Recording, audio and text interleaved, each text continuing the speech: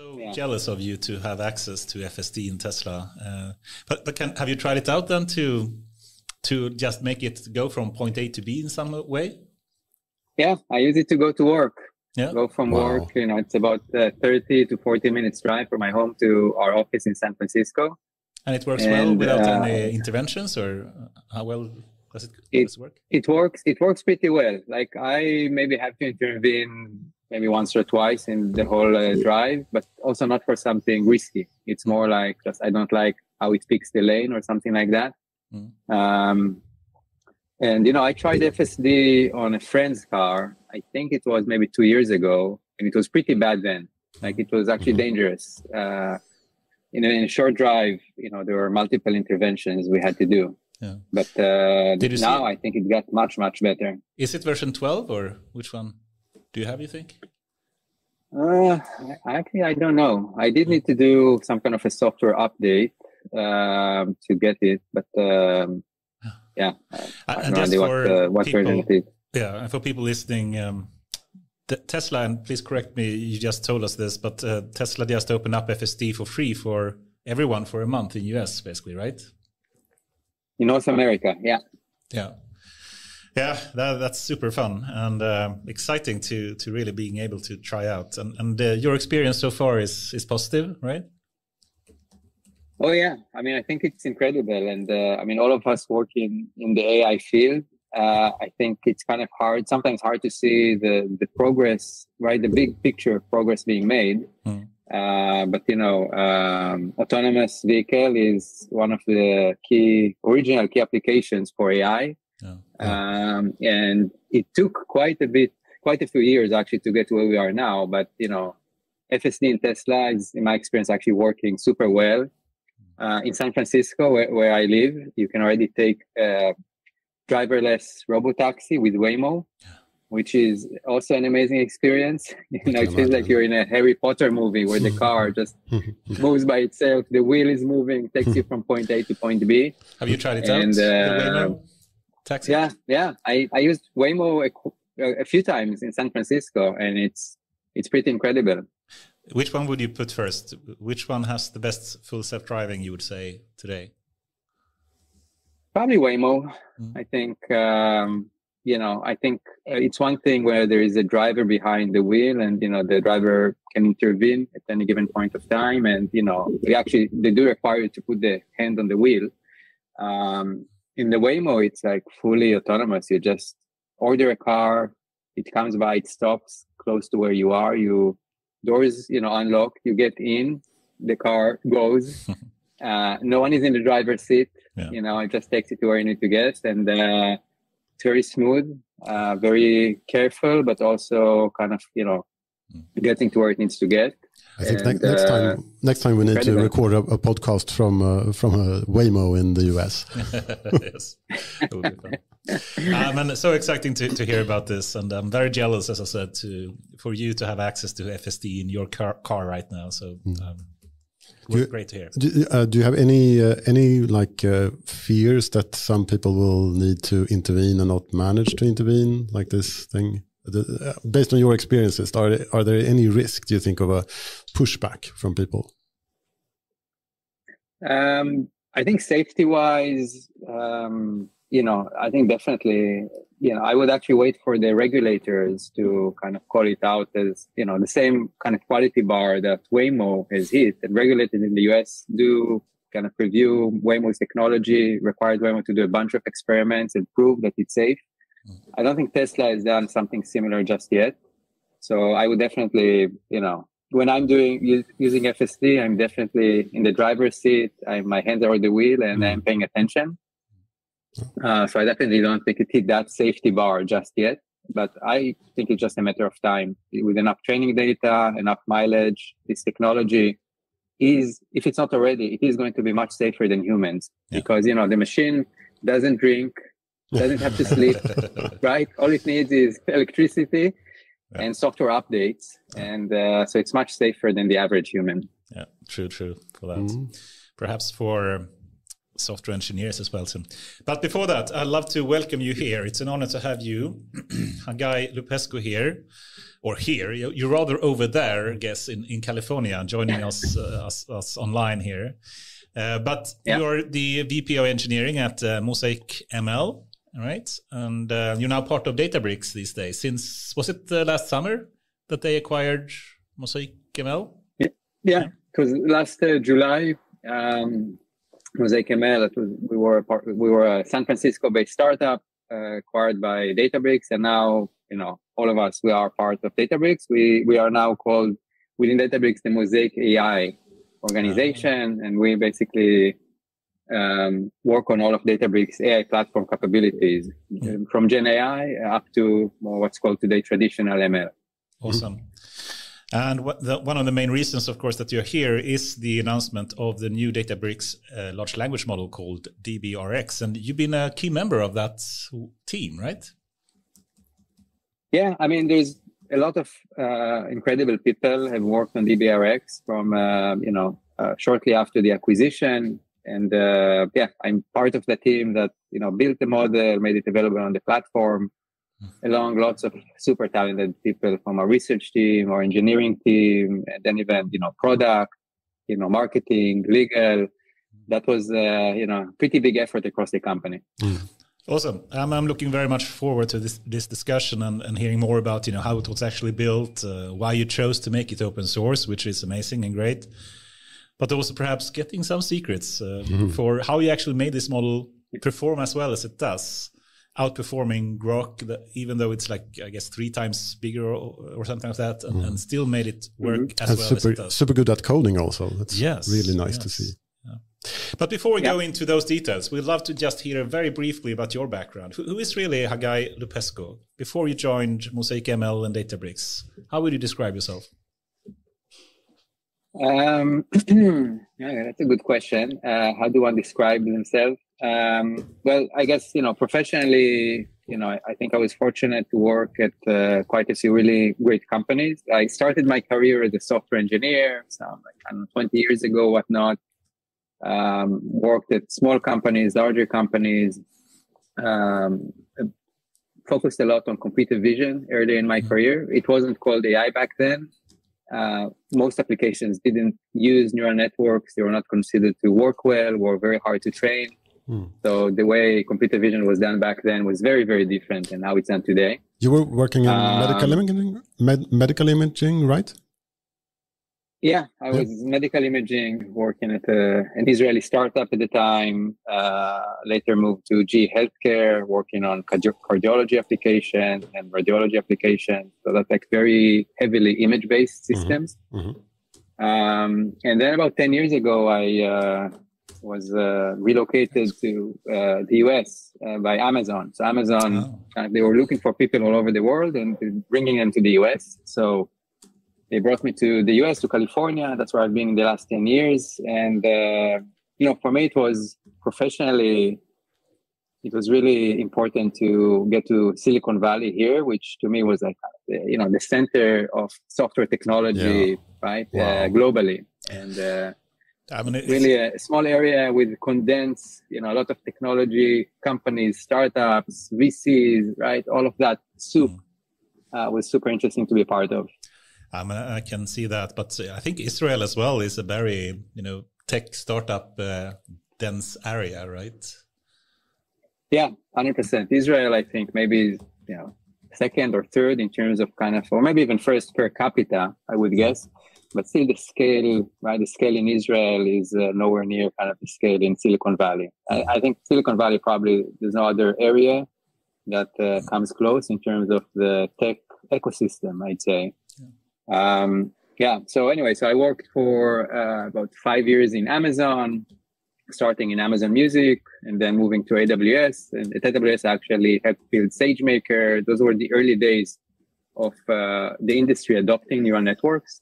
And SageMaker was kind of a key product that Amazon launched back then to really democratize machine learning and deep learning. We were actually competitors at that time, because then I worked at Peltarion and we saw SageMaker as a competitor to us, actually. But we're friends anyway, so it's good. Yeah. No, those are very dynamic times, I think. Yeah. And lots of companies were kind of rushing to, figure out what's this thing called neural networks, how it can be used. And, we just spoke earlier about, self-driving cars. And I think one of the early applications of neural networks was back then autonomous vehicle. I mean, back then there was a lot of, that field was very hyped. There were a lot of investments going into the field and lots of training jobs for what we back then thought were really large models that were, the ResNets of the world. And of course, in comparison to large language models today, those are tiny, tiny models. But anyway, that was exciting. So we shipped SageMaker and, deep learning engines and inference services. And SageMaker, by the way, is still, I guess, or was until recently, AWS's fastest growing service across all of their portfolio of services. So definitely it was very successful. Yeah. And then you moved to Mosaic ML at some point, right? How many years ago was that? So after AWS, I moved to Meta, and I was with Meta AI for about 3 years. And again, Meta is one of those companies in terms of AI. They like work in the future, right? Yes. They're doing things that other companies or most other companies would be doing, in a few years from now. So that was exciting. And again, Meta was moving back then a lot of their recommendation systems, which is the number one ML application in a company like Meta. And I'm pretty sure the company like Google as well. All of the recommendation systems, they were moving from being tree-based models into being deep learning based.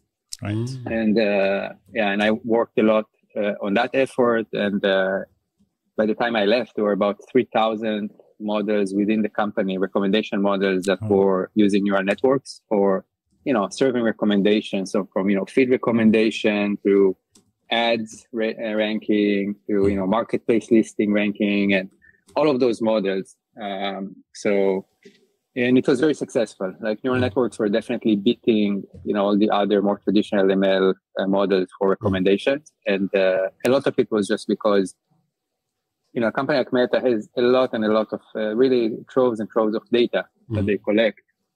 And what's nice about neural networks is they scale, they become better the more data you feed them.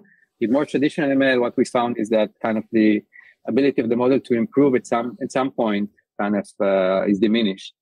But with neural networks, if you increase the model capacity by adding more layers or making layers, larger, then the model is capable of learning more from the data.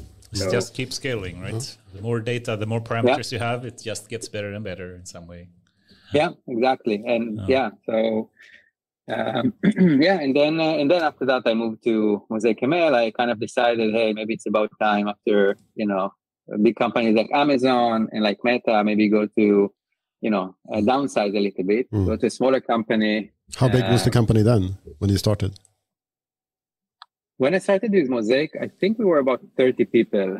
So fairly small, if you compare to, Amazon's, I don't know how many employees they have, 1 million or whatnot. And even Meta, when I joined Meta, there were, I think, about 30,000 employees. When I left, it was close to 100,000. But much smaller. And I came in to lead the engineering team, which back then was also fairly small. Like, I think it was maybe 10 people, 10 engineers. It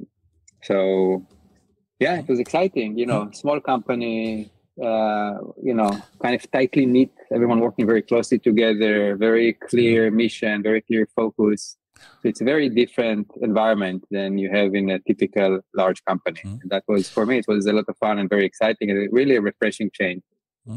Awesome. And I'm trying to rush ahead a bit because we want to move into DBRX as soon as possible. But perhaps you can just quickly describe, what happened when Databricks acquired Mosaic ML.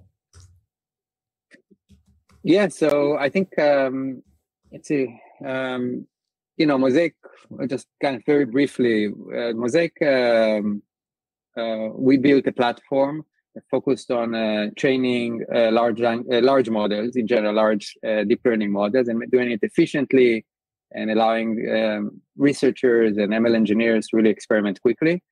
And as we were building this platform, kind of this big wave of LLM came in, and suddenly everyone wanted to train a large language model, or, at least the medium to large companies. And I think we had the right platform at the right time. We kind of focused our platform and all of our efforts into really perfecting our platform for building LLMs. And as we were doing that, we also decided to train our own models as sort of a proof that the platform works really well. So we built an open source 2 models, MPT-7B and MPT-30B. So that's 7 billion parameter model and 30 billion parameter models. Those are dense GPT style models, trained on 1 trillion tokens each. And those models were very successful. We open sourced them, and it really allowed the company to kind of turn a corner, because we got a lot of visibility when we open sourced these models, and a lot of customers came in, and our revenue started increasing, and we started onboarding a lot of customers. At that point, we also added inference to the platform. So once you train a model, you can also deploy it for inference. And we were on a kind of a really good path, very painful path, because you have to, grow and serve more customers, but also, successful.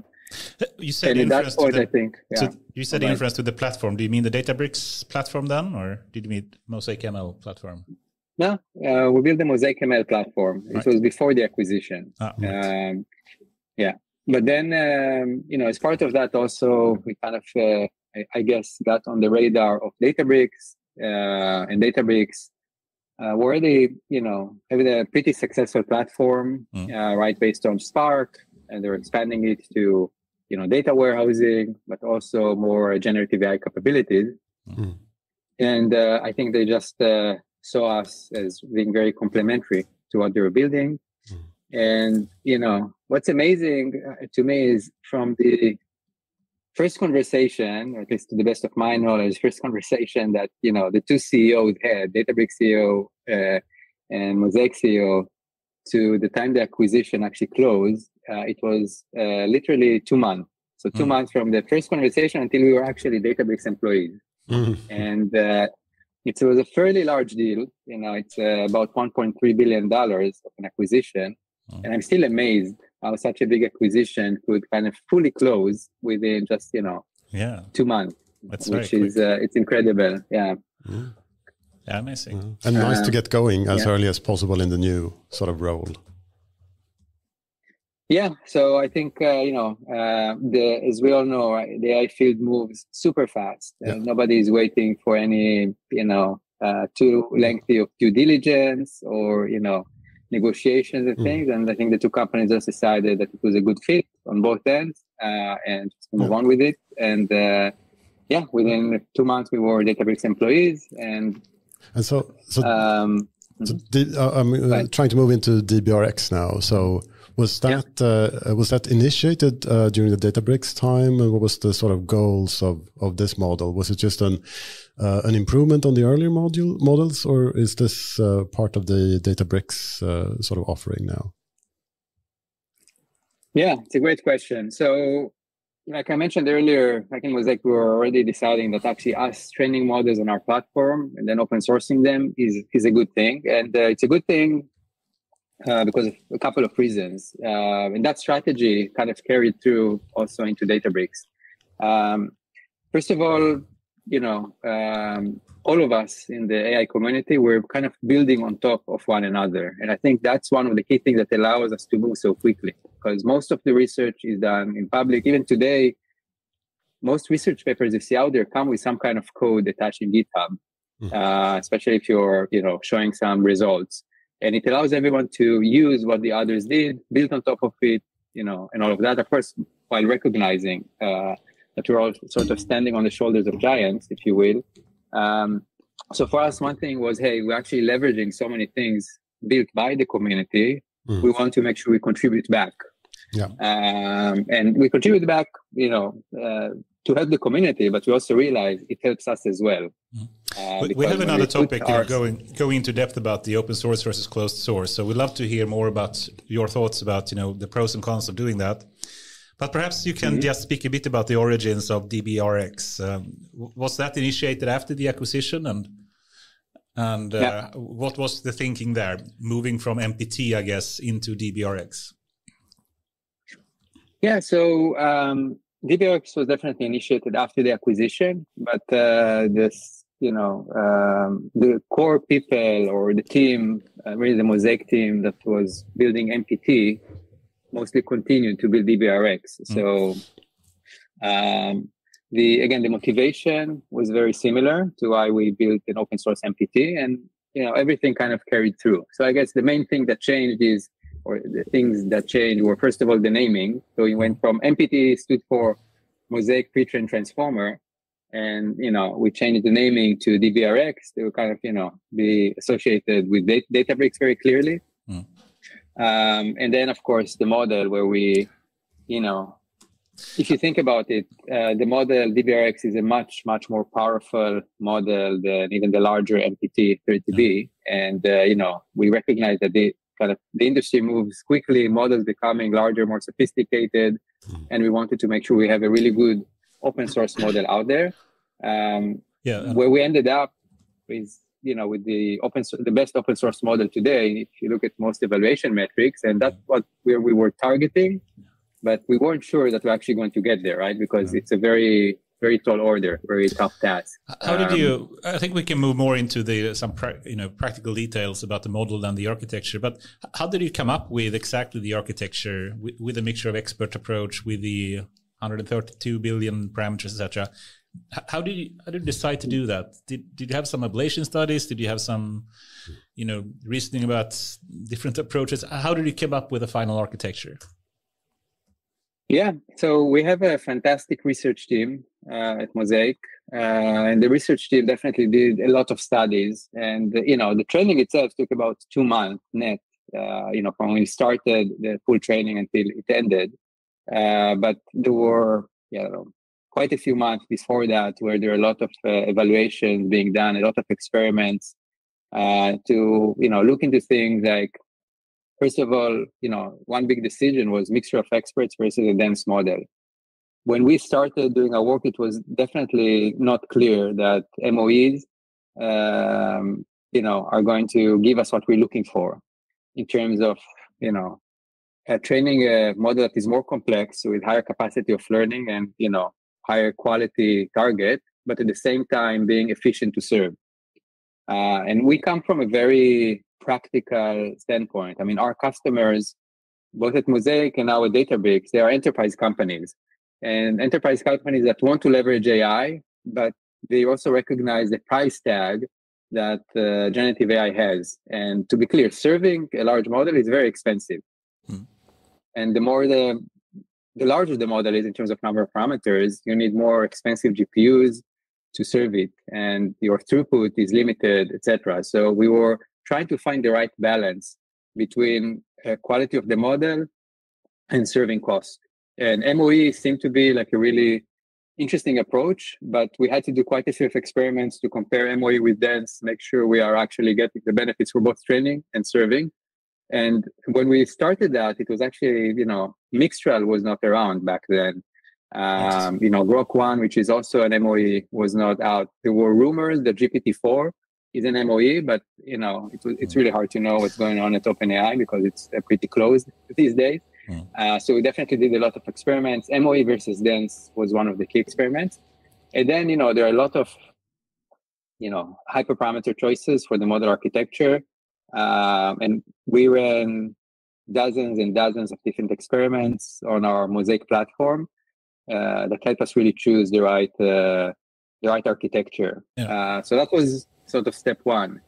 And before we move on, after mixture of experts, you have chosen a bit of a different architecture or hyperparameters for the mixture of experts than Mistral and Grok, etc. It seems you went for 16 experts instead of normally 8, I guess, and you also have 4 active experts at every time. Yeah. How did you come to that decision? What kind of insight made you choose that, and why do you think others chose some other approach? And also to add on to that, do you think the continuation will have even more experts, or is this sort of a sweet spot? So what made us choose this specific setup? And like you said, we have a number of experts, 16, and then active, the top page 4. And yes, Mixtral as an example has 8 and 2. So first of all, we theoretically, there's a trade-off here, right? The more experts you have, the more top K, right? It impacts the total number of parameters the model has, as well as the total number of active parameters during inference. So there's a trade-off here. The more you increase these values, you get more complexity in the model, which theoretically means the model has better capacity of learning. But on the other hand, training becomes more expensive and inference becomes more expensive. One way to think about that mathematically is if you look at the combinations of 16 over 4 versus the combination of 8 over 2. With what we have, there are 60 times more combinations for each router. So theoretically, one way to think of it is, yes, it kind of increases the model's capacity and the ability of the model to perform better in terms of quality. And just to elaborate, but then the trade-off is serving. Serving becomes more expensive, and training becomes more expensive as well. Just to elaborate, to make sure that people understand a bit there, that if you have an 8 versus and 2 active, do you have only like 8 one to choose 2 from, so to speak, 2 over 8? Yeah. And when you have 16, there is a lot more combinations to find the 4 that is actually the best for each token. So in that way, it's 60 times more choices to make in some way, right? Exactly. Yeah.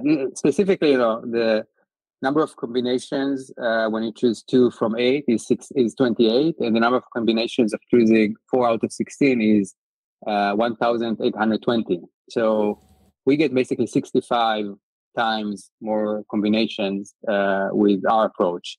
Now, I would say this is in theory. Yeah. We did a lot of experiments with different setups, different parameters to validate this theory. And we got results that kind of made us pick 16 experts with 4 active at every router. Yeah. I'm super interested. Do you think the future will go in this direction to just have more experts? Or, as you said, Jesper, do you think there will be a sweet spot where you find the suitable number of experts depending on parameter size or something? Or what's your thinking there? Yeah, I think, first of all, MOE, in my mind, is here to stay, just because I think it's very impractical to continue increasing dense models, just because serving becomes too expensive for most practical purposes. So MOE is here to stay. Now, in terms of the specific, hyperparameters chosen, I think we don't know enough at this point. I do expect a lot of research to go out, in academia and from the industry about the approaches. And we may see something even more complex, or maybe we are actually differentiating this setup of number of experts and top K based on the layer the router is in. Today in DBRX, in Mixtral, it's the same number of experts and same number of experts chosen at each layer or each block. But going forward, this may change as well. So I think it's still early days for Mixture of experts. We'll learn more as we go. Mm-hmm. Awesome. And the context window, it was 32K, right? Yeah. Did you, there are some, like Rock, I think, at least in 1.5 has a bit bigger, but 32K, I guess is rather big for open source models. Did you have any thinking there in, the size of the context window? Yeah, so we trained the model on 32K context length. When you use the model, you can actually use larger context length. We just, it would probably not work as well because it was not trained on larger context windows. And then, of course, the other practical limit you have is just memory on the GPU when you're doing serving, because the longer the context window, the more you need memory for the KV cache and for the computation. We chose 32K because we thought this is what enterprises need. When we look at practical applications, so again, being part of Databricks, we have more than 10,000, I think now it's like 12,000 customers or whatnot that are on the Databricks platform. Many of them are trying to build AI applications. And, we try to really be attentive to what they're trying to do, what are their needs. And so we chose 32K because we believe it's a really good, it addresses their needs. And then, of course, it helps us keep the serving of the model more practical and, and cost efficient. So it's basically when you think of, it's like a balanced choice to make it for one practical and economically viable, but also still useful for enterprise use cases in some sense. Exactly. Yeah. And the main reason, by the way, people need this large context window, and I'm talking about more practical applications for when they implement RAG. And in RAG, typically, you do retrieval, you pull into the prompt context that is going to help the model give the right answer to the question it's being asked or to the completion it has to do. And then, with all these retrievals, the context may actually grow quite a bit. But 32,000 tokens is almost kind of an average novel if you think about it. So, there's plenty of room to put in a lot of context into RAG applications with 32K. Yeah, I can't help thinking about. I think it was maybe Bill Gates who talked about the RAM in computers. It feels a little bit like that. Was it like 64K or whatever is more than anybody will need? 640K. 640K. It feels so far away anyway. Yeah, we'll see what the future will. Yeah. Well, I'd be super happy to be in the same camp as Bill Gates. Just a final question about the training aspects of DBRX.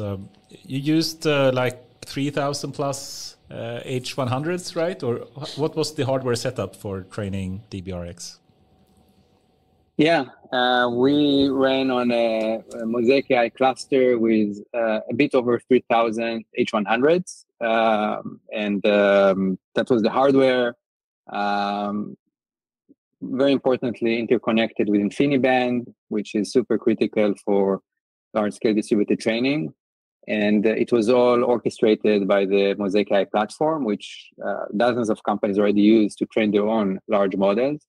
That platform is doing, orchestration, deployments of the container images, configuration of the GPUs. And then most importantly, and something I think people kind of often overlook is fault tolerance of GPUs. Because when you run, our training job for DBRX ran for about 2 months, or give or take, on this large cluster. And when you run a job for that long on so many GPUs, many of them are going to fail. And, it's not an if a GPU is going to fail. GPUs are going to fail.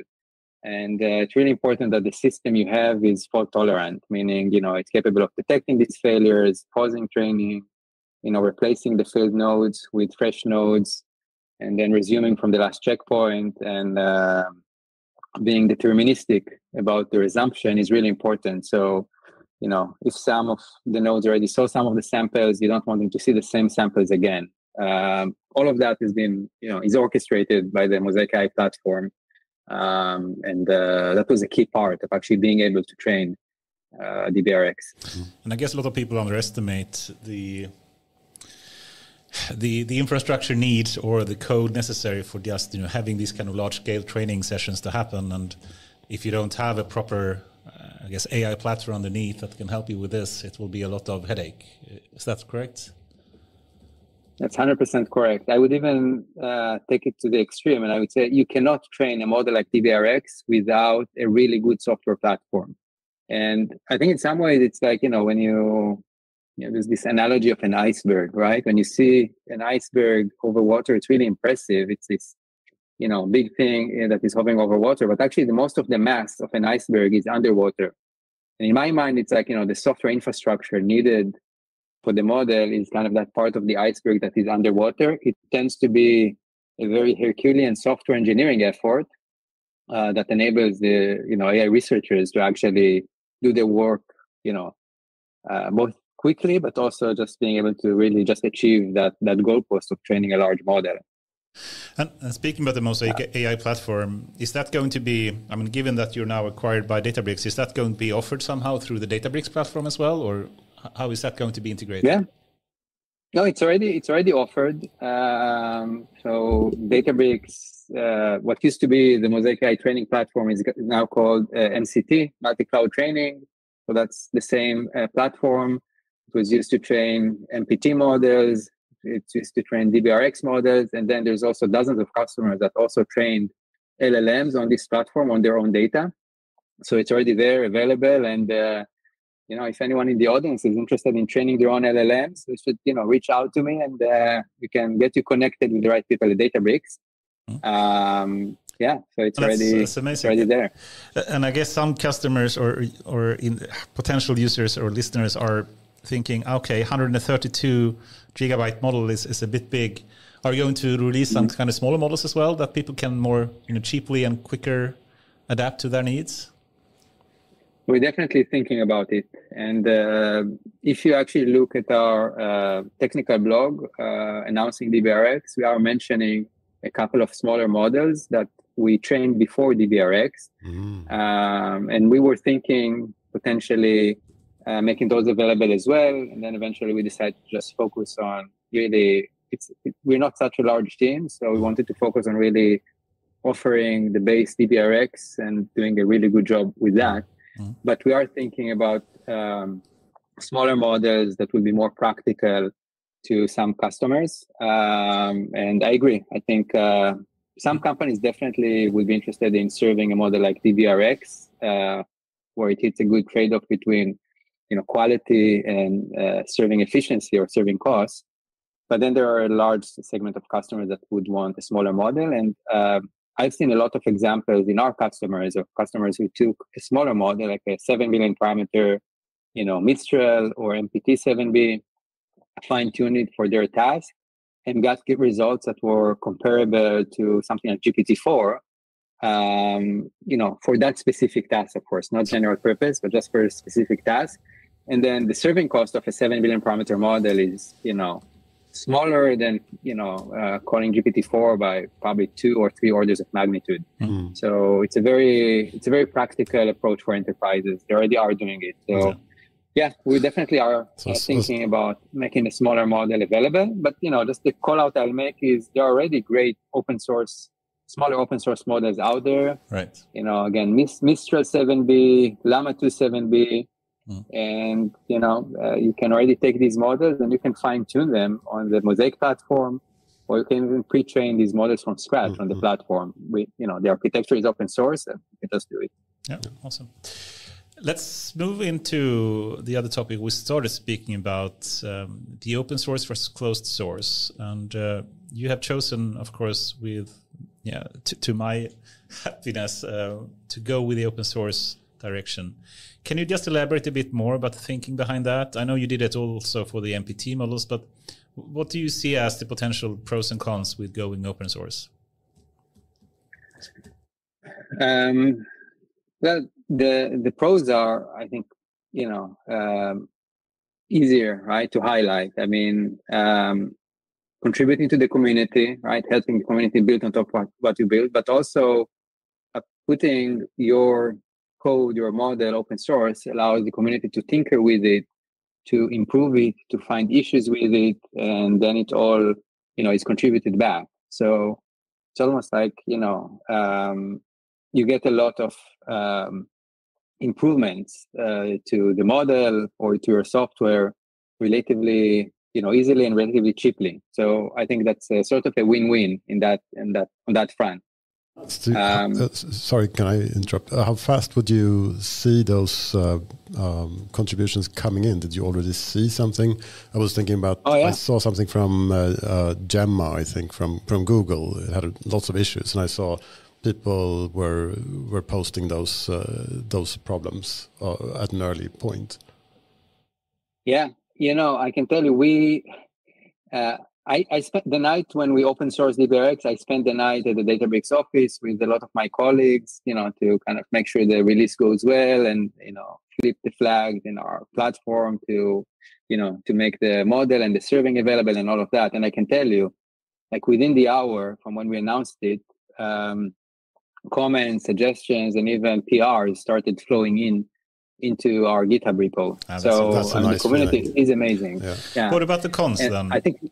Yeah, sorry. Please. Yeah, I'll just say, I think one thing to highlight, someone already made DBRX 4-bit quantized available on open source, so people can actually run 4-bit quantized DBRX on their MacBooks.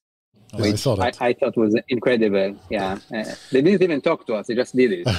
Amazing. So open source is amazing when it works. But just thinking about potential cons and thinking about the potential like safety aspects of it, and if you were to release something and it doesn't have the safeguards in place, and people are starting to abusing it, I mean, it will be really hard to retract it, right?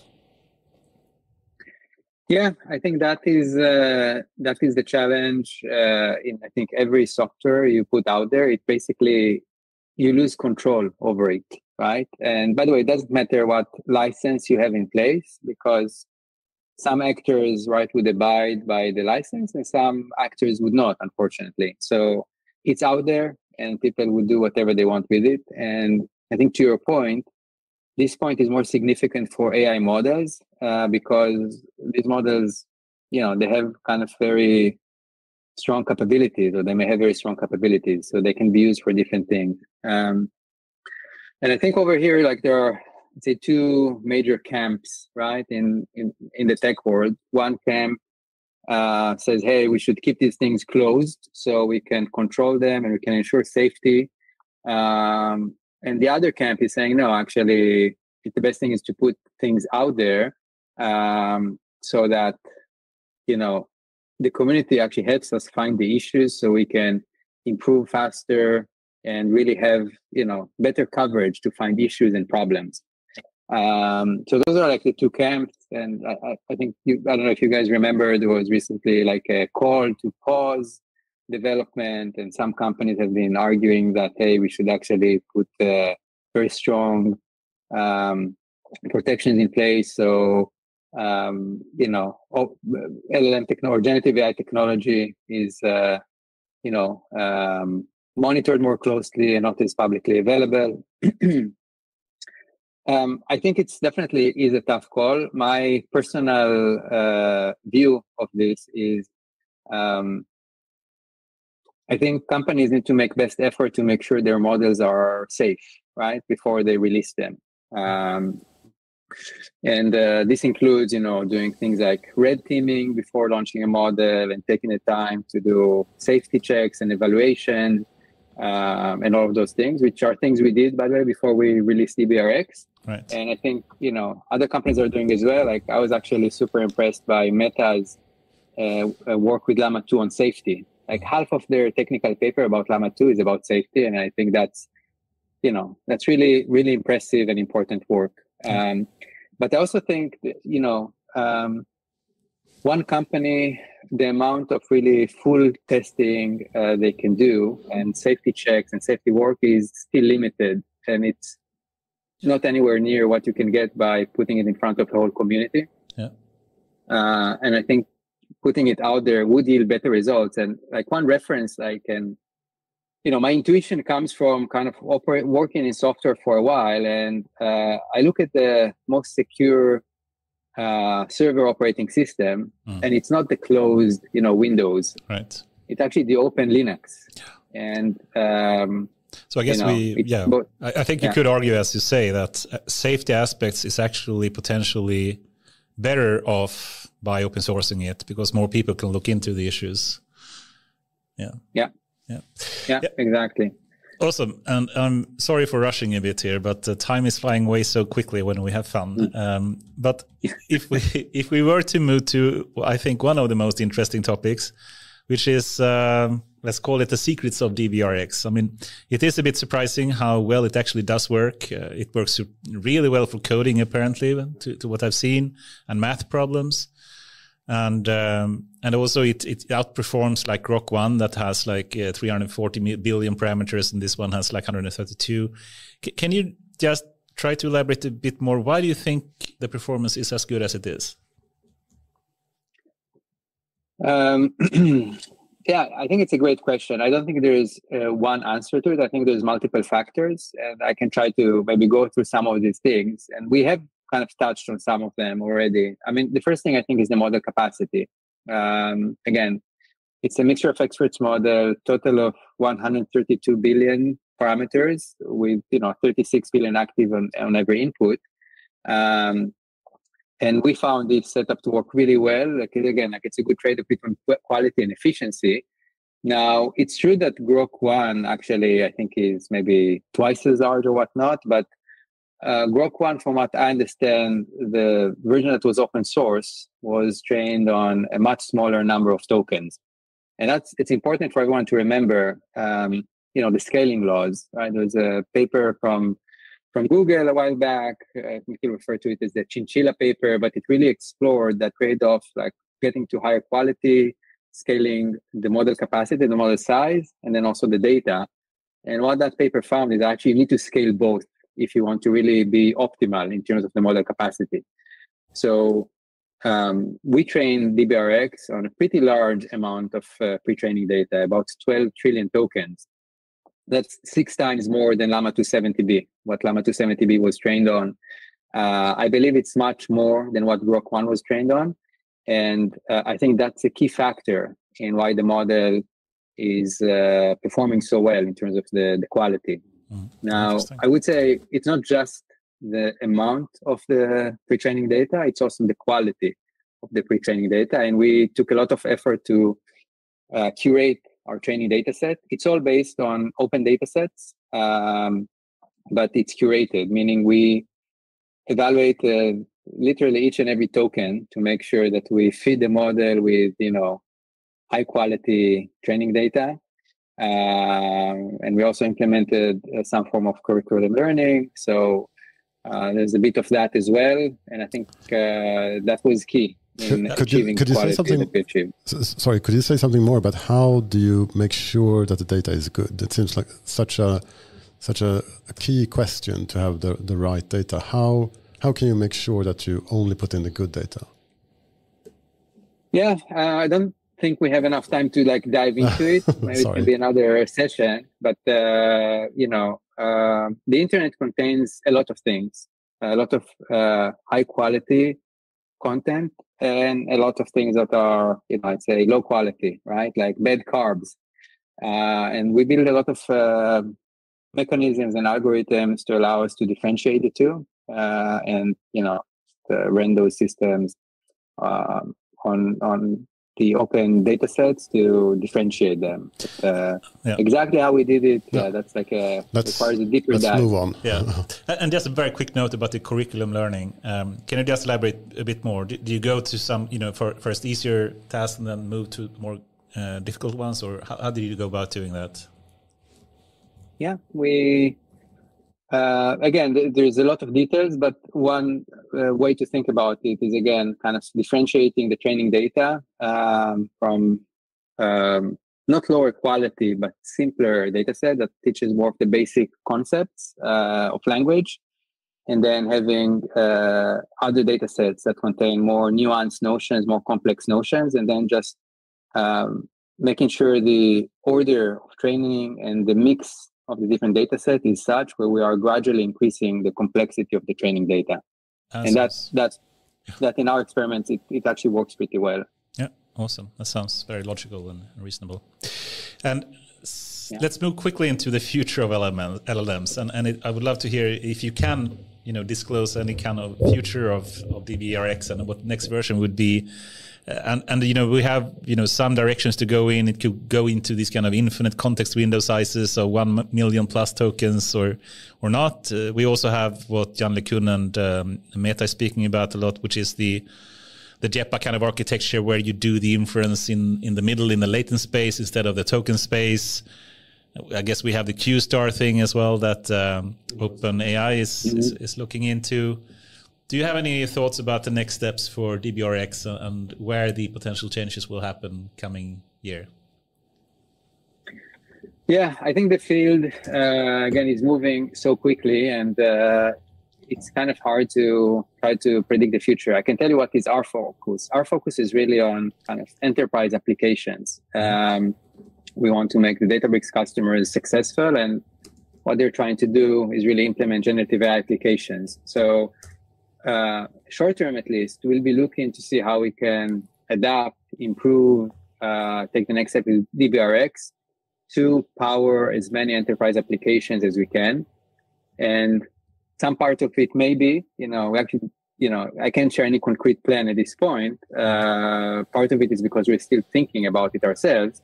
But one part can be actually offering, variants of DBRX that are more practical for enterprises. Part of it may be actually improving DBRX, and you can think about a lot of, potential fine-tuning we can do with DBRX as an example to make it better at specific areas or domains. And part of it can be just, hey, let's increase the quality of what we have even further. And there are definitely paths for us to do so. We want to, in general, continue contributing to the AI community by making more things available, in the open source, but also continue to have really good offering for enterprises who are, using Databricks today and want to be able to adopt generative AI. Industry-wise, I think, I think we're going to still see bigger and better models, but I don't think we hit that ceiling just yet. I think there's still, training larger models on more tokens still improves quality. That is very clear from the work we've been doing, and I think the work that is out there. What about the more like reasoning approach, where you differentiate and sometimes have more, inference time for a specific task, and for simpler tasks you have smaller inference time? Do you think that will be coming soon, or? I think that's one of the interesting approaches, and it actually kind of touches the point of, there's a bit of a challenge here. Yes, models become better as they grow in complexity and size, but then also the ability to actually serve them is reduced because it becomes so expensive to serve. And I think there's a lot of work done across the industry to figure out how can we reduce the cost of inference. And mixture of experts is one approach actually that helps with that. There are other things like applying sparsity at the low level of the model computation on the forward pass. But another approach is, achieving sparsity in inference through kind of differentiating based on the complexity of the task. And that, I think, is definitely an interesting approach. What I've seen currently in the industry applied by companies is also, when you think about an AI system, because most applications of generative AI today, they're not one model that is doing all of the work. It's actually a system, compound system. We have multiple LLMs. You usually have an embedding model, you have some kind of a retrieval mechanism or search mechanism, and it's all kind of orchestrated together. And one of the practical approaches is actually, use different models for different tasks. So maybe you have one model that's actually doing classification of the task or some kind of annotation on the input. And then based on that, it fits to different models. And these systems tend to be much more efficient for serving. Agency. Being able to actually consolidate that into a model that is capable of making these routing decisions within the forward pass is, I think, one interesting approach that some organizations are pursuing. Do you think agency as well, being able to have models taking actions by themselves and collaborating together to solve a task will be something we're going to see in the future? 100%. Yeah. Agents is the next killer applications of generative AI in my mind. And again, we can talk for an hour just about agents, but it's already coming when models are fine-tuned to make API calls, and that's an important enabler for agents, and it is already here, right? So I think we'll see more agents. Let's book another hour and talk about agents. That would be fun. I know you have to leave now in a couple of minutes. And what to say, Koran? Yeah. Hagay, how much time do we have left? A few minutes. Oh, good. Okay, so we are sharp on 1 hour. Okay, cool.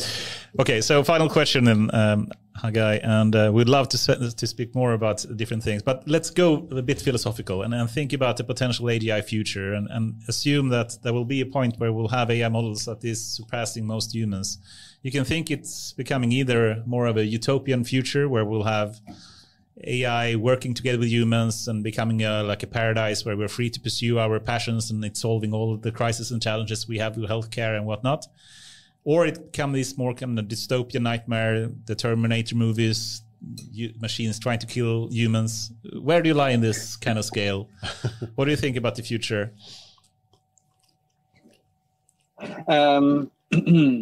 So my answer is a bit nuanced.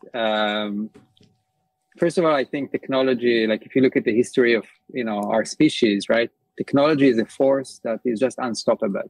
It's almost like we are programmed to build better and better tools. And I think that would continue. And it will take us to a place where AI is super capable. And I think definitely more capable than the average human on any given task. I would argue actually we are very close to that already. Yeah, like a number of years or? I think so. Yeah. Yeah. I think we'll and now again, the definition of AGI is like all over the place. There's actually a really interesting paper from Google that tries to define levels of AGI. But I think if you think about AGI as an AI that is capable at most knowledge tasks more than the average human, then I think we are very close to achieve that. And anyone who interacted with a model like GPT-4, I think can get a sense of that. So I think the future is positive. I think it's already making people more productive. I think it's enabling people to get more done with less time and less effort. And it also enables better decision making. And again, if we go back to our discussion of autonomous vehicle and FSD and Waymo, again, I think Waymo is safer than the average human easily, on a task of driving a vehicle in the street. So I'm positive, cautiously optimistic about our future with AI, but I also recognize we need to put in regulation in place. Governments need to regulate the deployment of AI, just like they do with aviation, and they do it with medical devices. And I think that is key to make sure that we avoid a lot of the challenges around, mass influence campaigns, really having a negative impact on democracies all over the world, terrorist organization using this technology to generate harm and a lot of other bad things that can happen. But I think with the right regulation and the right systems in place, we can avoid most of it. Yeah. Very well said. That's a perfect ending word, I think. And so great to have you here and that you can spend some time with us in the early mornings of California. So thank you very much, Hagay Lupesko, for joining us in the AI After Work podcast. Thank you, guys. I really enjoyed it. Thank you. Bye-bye. Awesome. 1 hour goes so fast. I mean, so many questions I want to ask. Yeah, and so many questions we skipped now. Yes. But I thought, we had to include at least the endings and the future of LLMs, etc. So, I think it was interesting with the open source thing.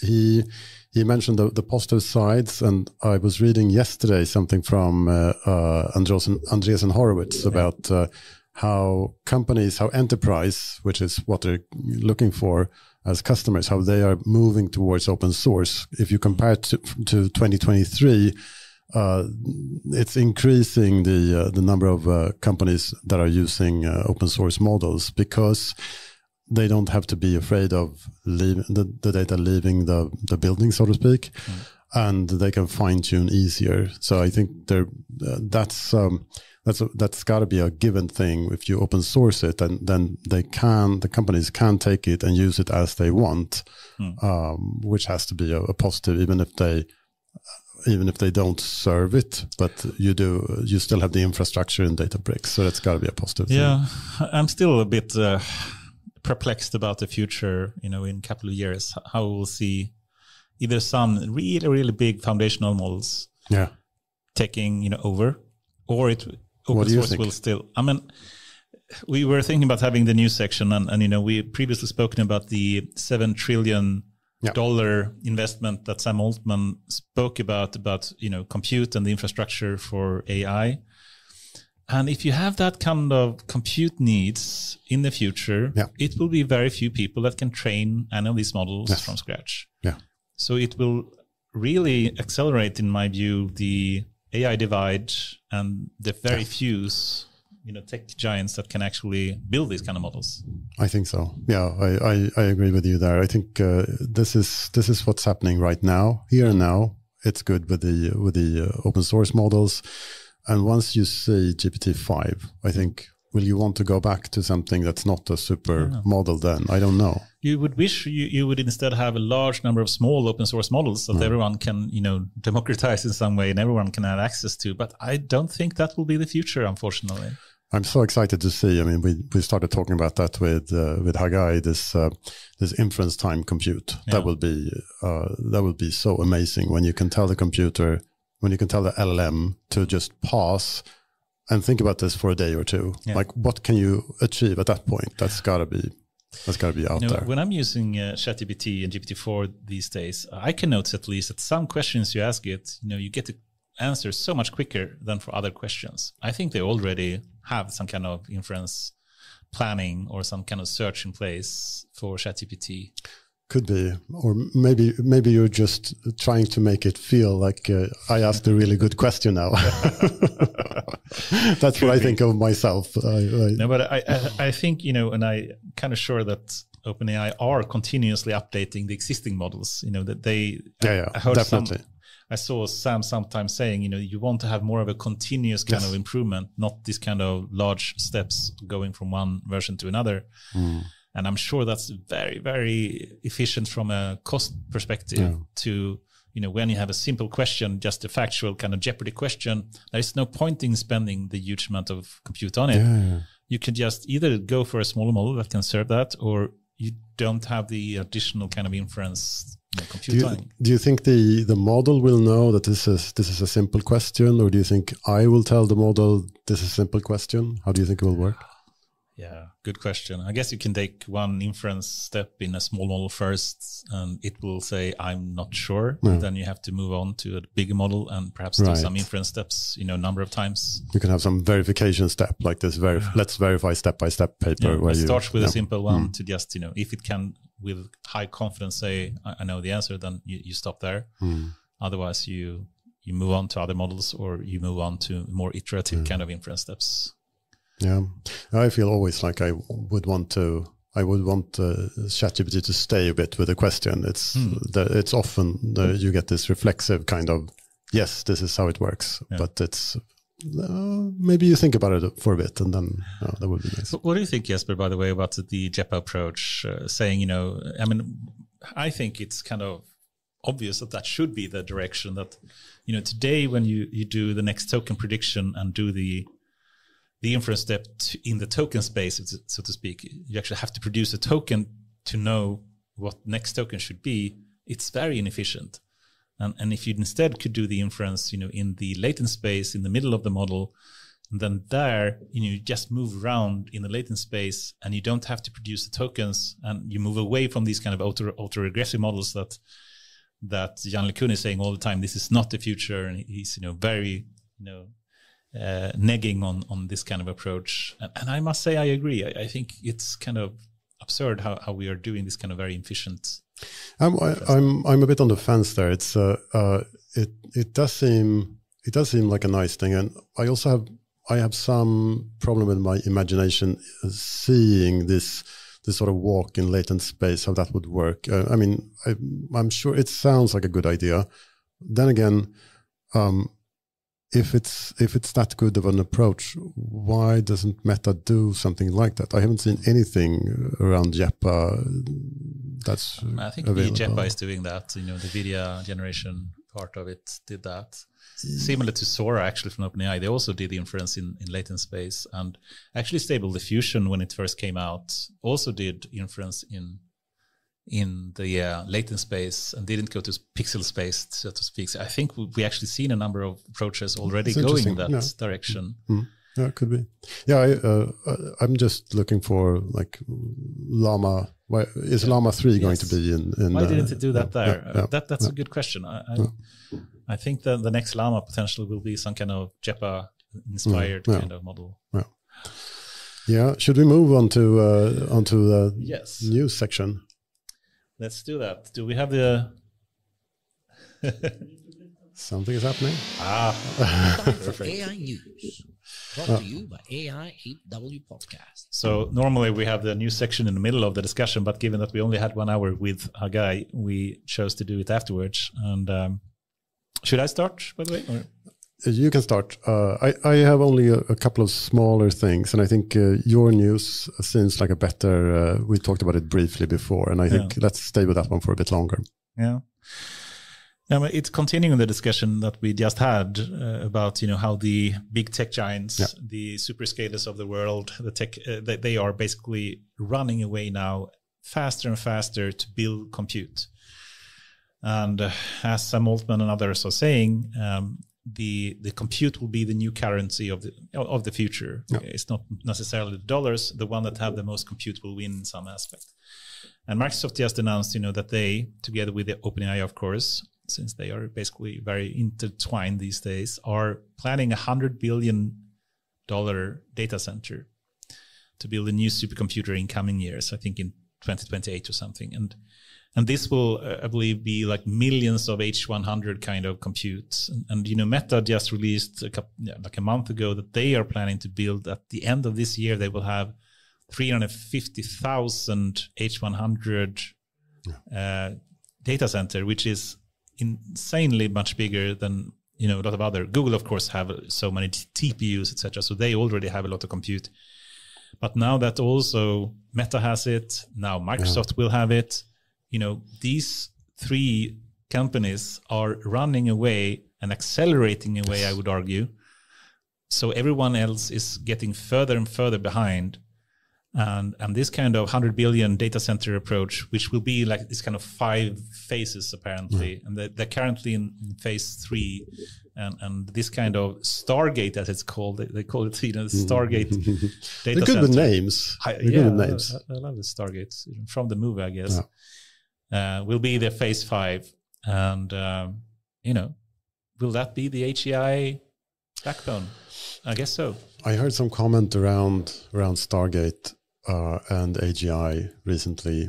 I'm not sure if it was somebody at OpenAI or where this person was from, but it's obvious that everybody's rushing for compute. Everybody wants to get as many H100s or A100s as they can, but they're also recruiting a lot of people. So that is an interesting thing. Like, if we would see AGI in a couple of years, do we really need to hire more people? That's a scary question to ask, but that was thrown into this discussion as maybe we're not so close to AGI as we think. I mean, we talked to Hagay; he seems to be on par with what we're saying. Like, in a couple of years, we will see AGI. That's what I think, and I think what you think as well. Yeah. But a counter argument could be like, why do you need more people at this stage if the only thing you need is more GPUs and more inference?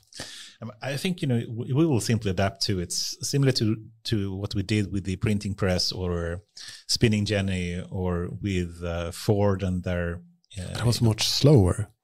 But still, what happened when you got this kind of increase in productivity, as you did with all these kind of technological revolutions, was simply that you want more of it. Yes. Definitely. And I think that will happen now again. So now when the cost will completely, reduce for so many tasks. Elasticity thing. Like, if you have if the price goes down, then you will get more demand for it. I think it's not that we're lacking things to do. I mean, from a medical point of view, we have so much things to do. From an education point of view, from a security point of view, there is so many things that we are currently bottlenecked with. And just from my experience being at companies, it's like you can never employ enough back-end engineers or front-end engineers, people that can do and iterate on coding. And if we now would have infinite power to do those things, I think we'll just see crazy things happening. What will be the next things that we develop? It will be the, as Elon Musk calls it, the world of abundance, where products and services become more or less free. Yes. But I'm a bit afraid, because the one that will get first to the AGI approach, their kind of power, their kind of economical wealth that they will achieve from this will be insane. Yeah. And that's obviously why everybody's rushing right now. Everybody wants to be first. It's a little bit of a winner takes it all kind of thing. Yes, potentially. Or at least the one that are in the game, so to speak. I mean, you need obviously huge amount of compute, and we can see these kind of top 3 players in the world. Oh, and of course China is doing the same, so we shouldn't of course count them out. I think Amazon also, they are investing in Anthropic with the Claude 3 thing, and I guess they are letting Anthropic then use Amazon GPUs for this, so they're trying to catch up. But from US point of view, it's like 3 major players, I would say right now. It was interesting to see Claude 3 beating GPT-4 finally. Yes, at least someone is getting close and even better than GPT-4. Now, but this is scary. Scary. I mean, I think it's a bit scary that we are seeing this concentration of power, as I see it. With a huge amount of spending now being done on compute, and it's done very, intentionally, because they know they will get it back tenfold, and the one that will have sufficient compute to reach AGI or to reach a high level of AI capability, they will make so much money from it. That it's worth every penny of it. And would there be a better way of doing it? I mean, should we regulate, and how could we regulate? How could we regulate? Could we regulate companies from investing in the technology? I don't know. What will another question on that theme? Like, what will happen to OpenAI? This non-profit thing. They have this clause that when they reach AGI, then Microsoft cannot use the technology anymore that they made. What do you think will happen to that? Do you think that maybe they already have AGI and they're not releasing it just because they want to milk it? I think Microsoft have all the competence, all the code, all the knowledge that they need to do it themselves, even if it's kept something into OpenAI. So I don't think that will be a problem. It's hard to bottle that, and it's so quick. As soon as someone come up with a new idea, some new invention for making AI faster and better, it spreads very quickly. And I think it's not the knowledge that will be the limiting factor. It's simply the compute that will be the limiting factor going forward.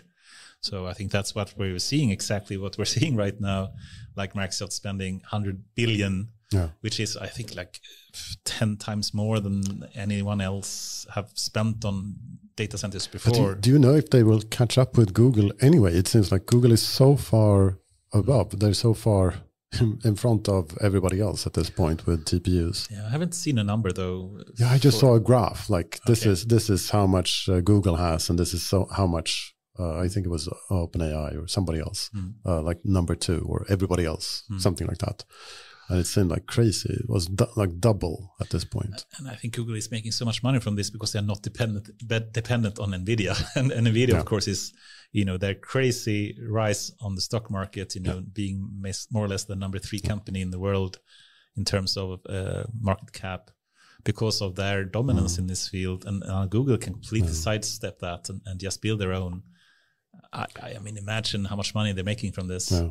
What do you think will happen to NVIDIA?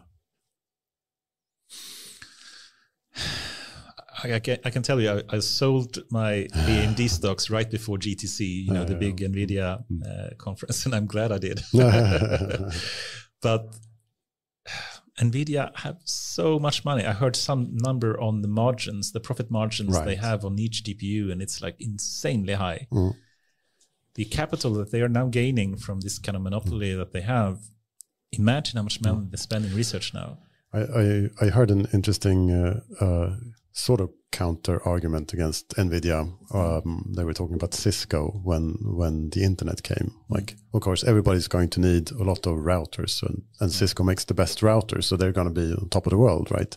We all know what happened. It's like they're still a good company, but they're not like 10 times everybody else. They're like, so maybe that will go for NVIDIA as well. Once we reach AGI, maybe NVIDIA will not be the ones to benefit from that, but somebody else. No, if they stop innovating, they will lose for sure. But they have the money to keep innovating. But my pet and favorite kind of technology, except TPUs, is neuromorphic computing, and what Sam Altman is also investing in Rain AI. haven't seen anything from NVIDIA going in that direction. Yeah. And if they don't move in that direction, I think maybe you should mention more about, is it Rain AI or was it, what is it? Yeah, maybe you should say something more for listeners. Yeah, so neuromorphic computing is moving away from this kind of standard model, the architecture of a computer that we had since for the last like 80 years, which is you have some kind of CPU or GPU and you have memory separated from it and you move the memory back and forth all the time. Yeah. That's not how the human brain works. In the human brain, you have neurons. And they basically have this kind of spiking approach where they have, when they have sufficient signals coming in, they release something very similar to a transistor then, which is the computer approach for it. So when you have some input, the transistor will go 1 or 0. But then in a neuromorphic, you will also have a state in the transistor. So it's called like a memtristor or memristor. And so you have the memory as well. Yeah. So it keeps states. Depending on what happened in the past, it will have different behavior. So it's some kind of dynamics added to the transistor or the memristor. Yeah. And then it becomes much more similar to the human brain. And then it becomes possible to not have to move data between the memory and the GPU all the time as we do today. And that is going to be insanely much more efficient. And then you can let every kind of memristor or neuron operate in parallel. You don't have to wait for some kind of clock synchronization to move data back and forth. They can simply operate independently all the time. And for me, at least, this is an obvious kind of direction. And the one that gets this right and get this working from an economical point of view, that's interesting. There are many different kind of architectural innovations happening right now with the Grok LPU and etc. Yeah. This is a super interesting direction as well. And I guess that Sam Altman is spreading his bets across different things. And this is probably one of his hopes that Rain AI would be. I know Intel is spending a lot of, we're investing a lot in neuromorphic computing as well, but no one has really made that work from a practical point of view yet. So it's a lot of research left there to make it work, or engineering work perhaps to make it work properly. But the potential of that, I think, is insane. Yeah, it's so Stargate, that was maybe the most exciting thing last week. It shows what the coming years will hold. Definitely. It will be insane investments in compute from all the tech giants. Otherwise, I think it's been a bit of a slow week. I haven't seen so much interesting stuff. I was saying before, I noticed something released from Silo AI about a model called Viking.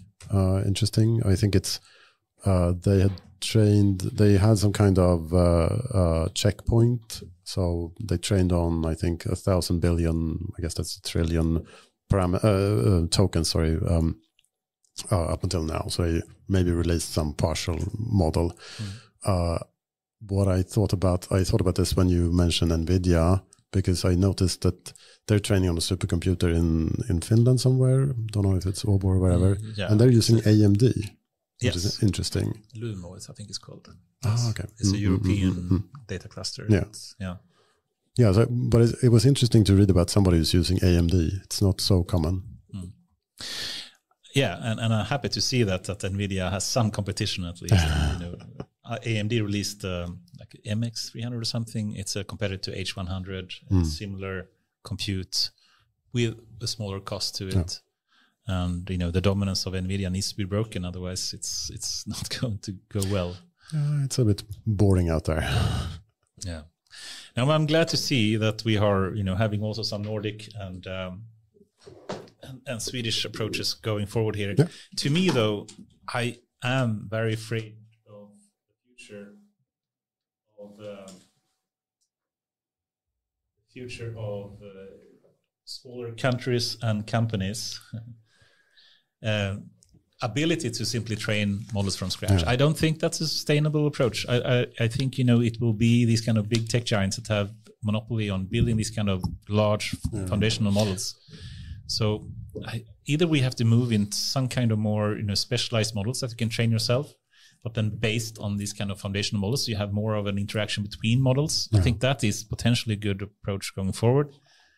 Because, a smaller country or company, I don't think, could never train anything that competes with the tech giants. Maybe we don't need to. I mean, maybe fine-tuning is enough. Maybe they have this I don't think you can fine-tune either. If you take like GPT-5, I don't think, a company can fine-tune it and have the money to do it unless you use the API potentially and pay a lot of money to definitely make it. Yeah. For if we're not talking about the open source models, I mean, you can fine-tune GPT-4, but it's supposedly very expensive and you can't just do it. It's a process. But I think you could potentially have this kind of, as Jan LeCun sometimes speak about it, a number of more specific models that is, being used together with the foundational models. So then you can train perhaps a smaller model that is specific for just doing, customer service or whatnot, customer support. And you interact with a big foundation model that can ask anything, but then you add your specific skill in a separate model that each company can train. But perhaps something like that could work. Are you talking about like cooperating between different models, or what's the... Yes, so you don't ask a single model once and get the answer. No. You first, you have more of a agentic approach, right? Where you ask a model that is specially trained for, let's say, do customer support, and that one goes out asking, the foundational model and gets some kind of general answer, but then it, interacts with some other models, and you have this kind of mesh of models that together come up with the answer. I think that would be a nice future potentially.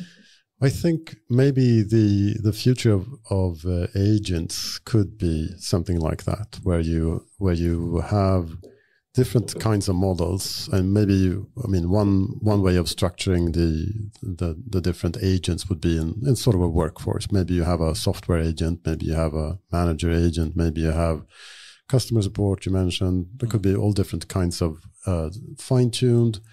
Maybe you can even use, I've heard about model merging, seems to be something emerging right now, where you just sort of almost like taking the average of weights. Somehow you just tweak the weights and you get something very quickly. If you compare to training something from scratch, you get something that's performing quite well.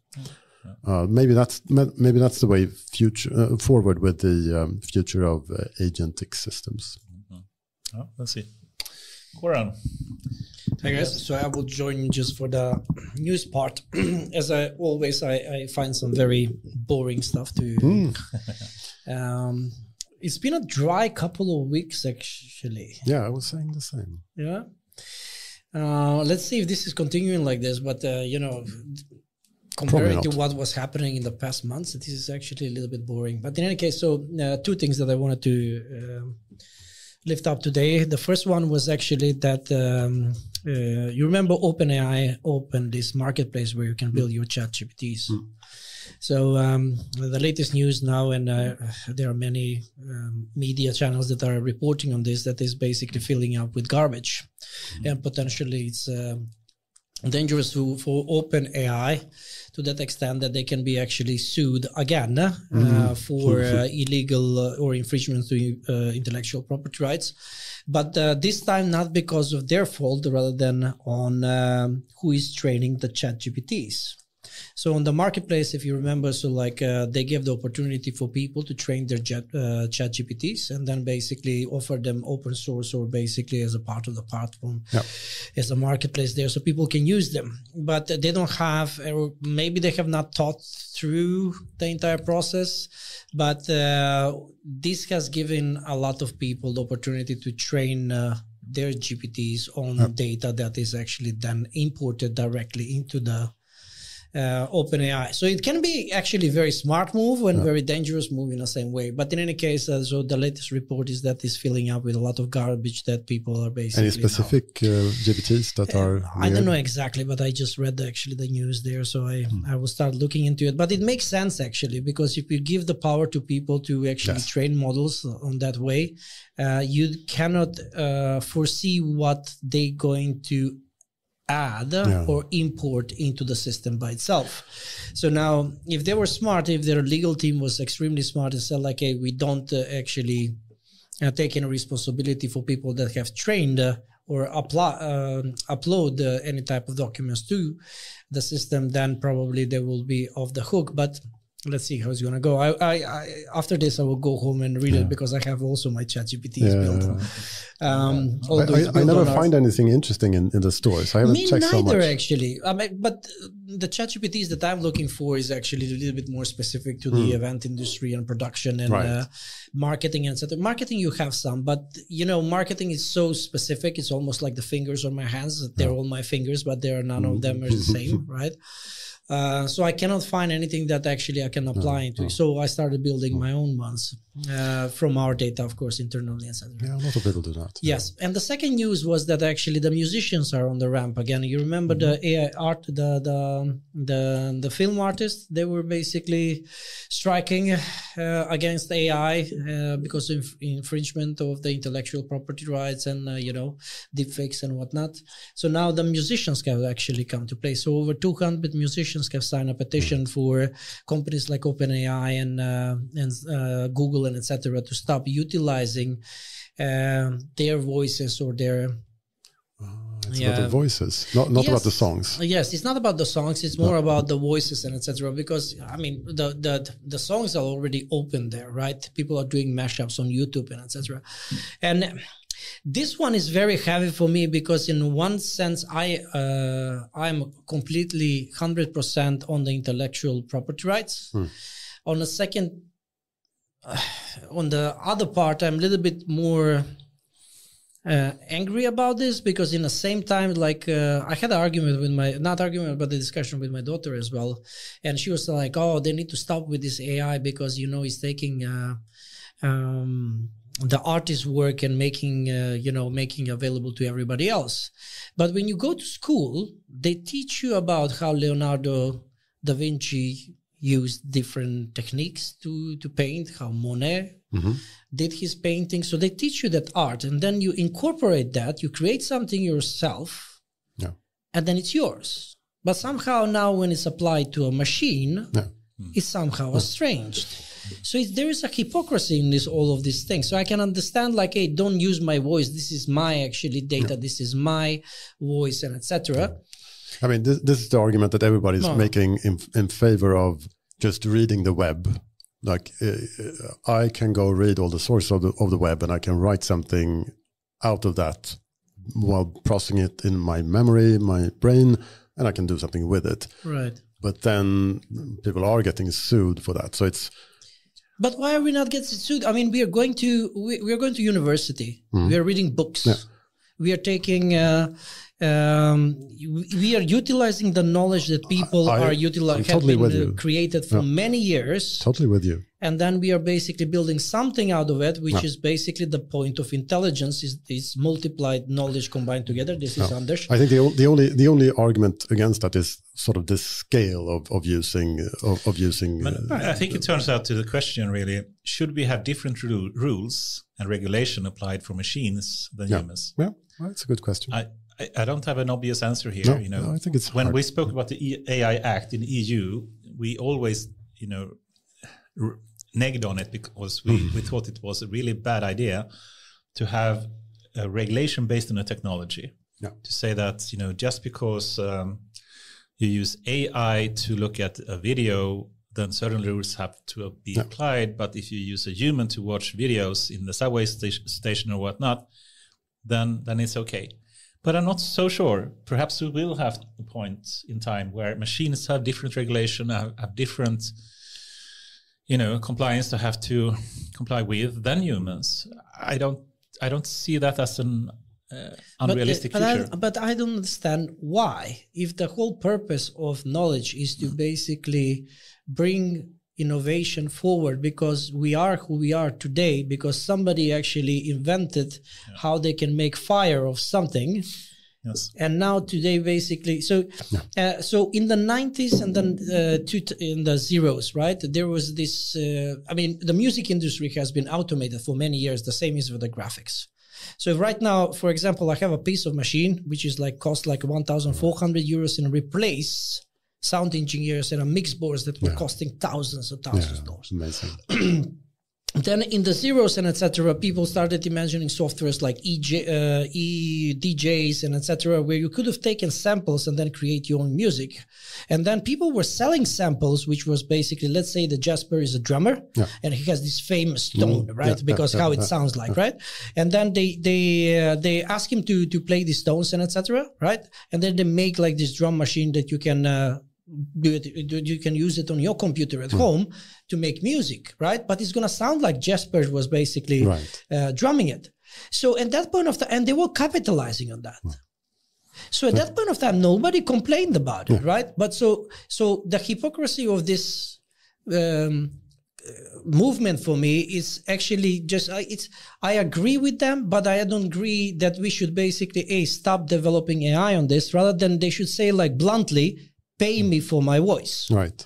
And that will be super good, because if somebody pays these artisans for every single time somebody uses them, they will not even blink of eye. They will be sitting in a Bora Bora or somewhere else, drinking some Mai Tai, and then just basically just cashing on the money. Do you remember when there was an AI Drake song? Yeah. Pretty early on, like a year ago or something. Yeah, a year ago, yeah. And then like Ghostwriter or something. Yeah, Ghostwriter, yeah.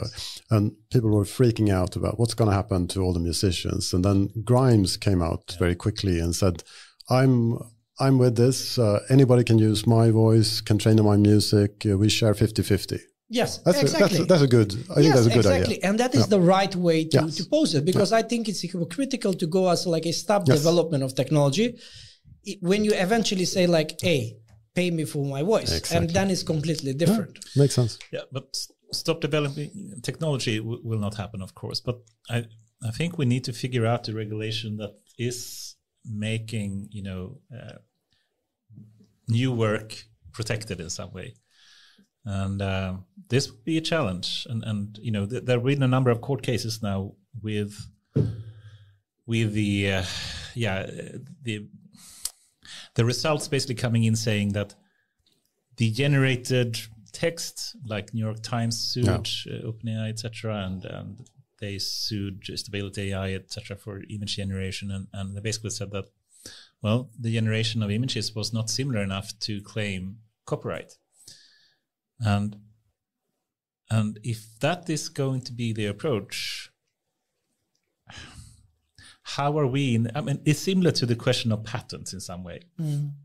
If someone is going to spend a huge amount of time creating things, but not being able to get paid for it, how are we going to? Maybe that is the startup idea.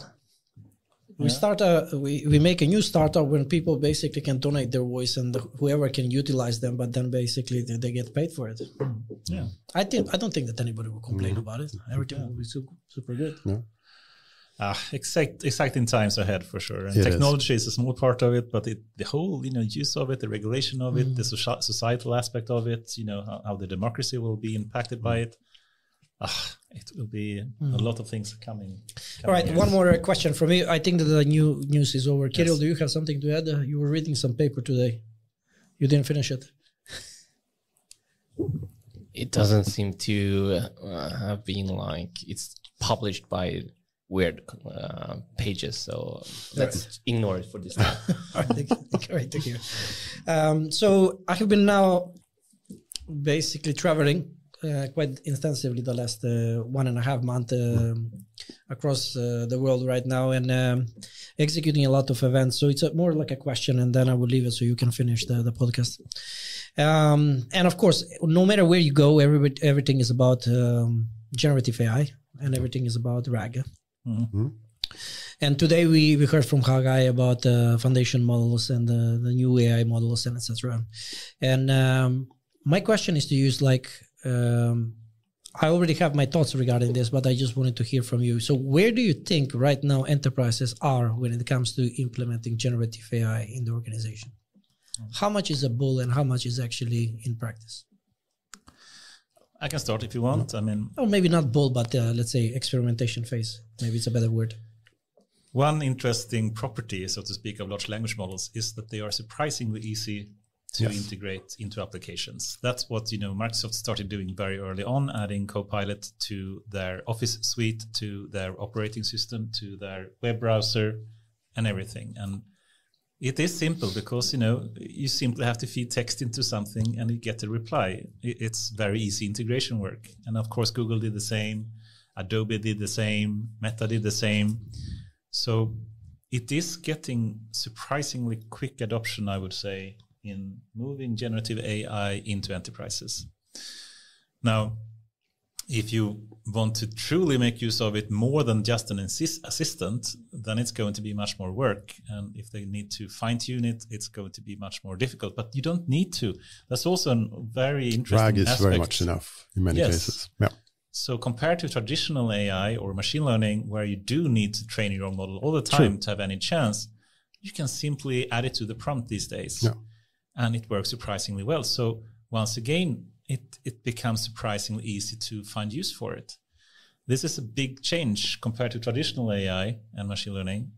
So I think the generative AI has a surprisingly big, quick impact on enterprises.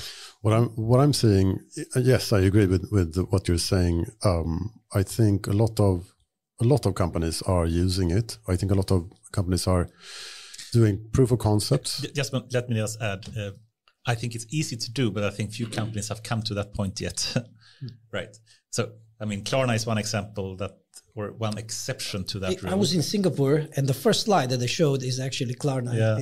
Wow. They went really quick on this route. Yeah. I don't know if it's positive or negative, because the slide was like they're firing 700 people that could be easily replaceable, but it doesn't matter. But the big tech giants, of course, is already there, and they will simply get that out to all the customers that are using Office and Windows and whatnot, and Google Search and whatnot. As well, Google Search is now adding the SGE, the search generative experience, to the normal kind of search results now already.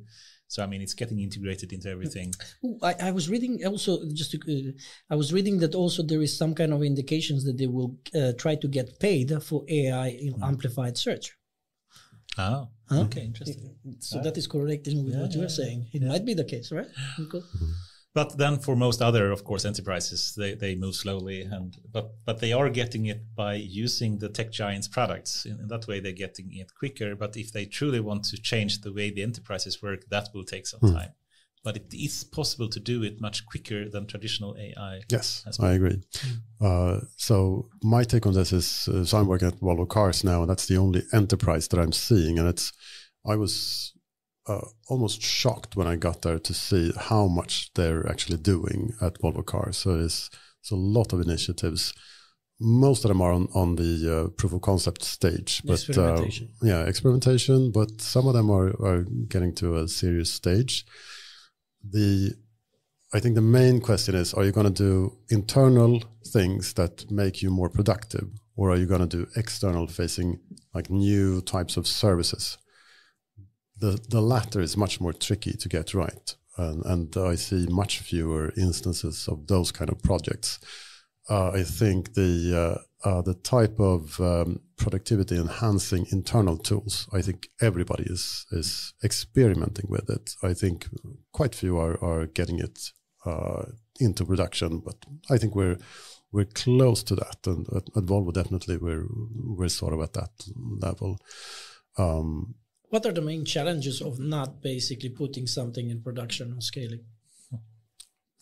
Sorry, you mean external or do you mean internal? Internal. I mean, it's tricky to get. It's easy to get to 50%, like something that works 50% of the time, basically. So last time I were here as a guest, I mentioned this text to SQL bot that we're working with, and it's very easy to get something that works surprisingly well in many cases, but making it work in like 90% of the time, that takes a lot of work.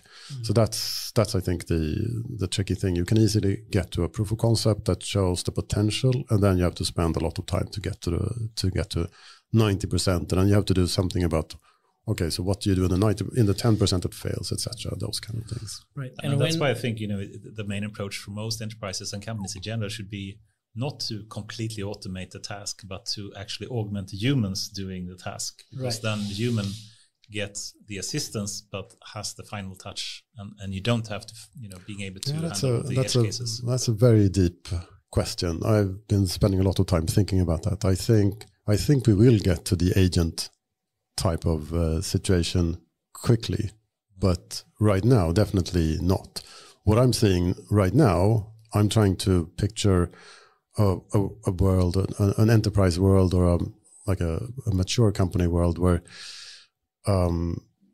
the agents augment the humans, and you will have smaller teams that can take on much more things by having sort of a more broad capability per person, and smaller teams, and more like... Or phrase it as a team can handle 10 times more tasks, 10 exactly. times more productively. And you can scale the capacity up and down according to the task. So if you have a huge project, now you just switch on the more agentic workforce, and it has a cost to it, but it's easy to turn up and down, because it's just going to be this the builds to the API or the fine-tuned models or whatever, maybe some inference time compute. But it's what we're seeing in terms of dev and the software agent. It seems like it's definitely possible to get to a stage. Just turn on GPT-5, then we will get to a case where we can handle a lot of cases with the agentic workforce. Yeah, still to see, but I think that's going to be a focus for this year. Much more agentic kind of work. Yes. Cool. Okay, with that, let's spend much more time on the new sections, but a lot of very fun discussions. And it's always amazing to speak with you, Jesper. Nice to be here. And awesome, of course, to have Hagay on, to have directly inside information about the training process of DBRX. Yeah. So with that, thank you, all of you, and have a great evening. Thank you. Thank you. Bye-bye.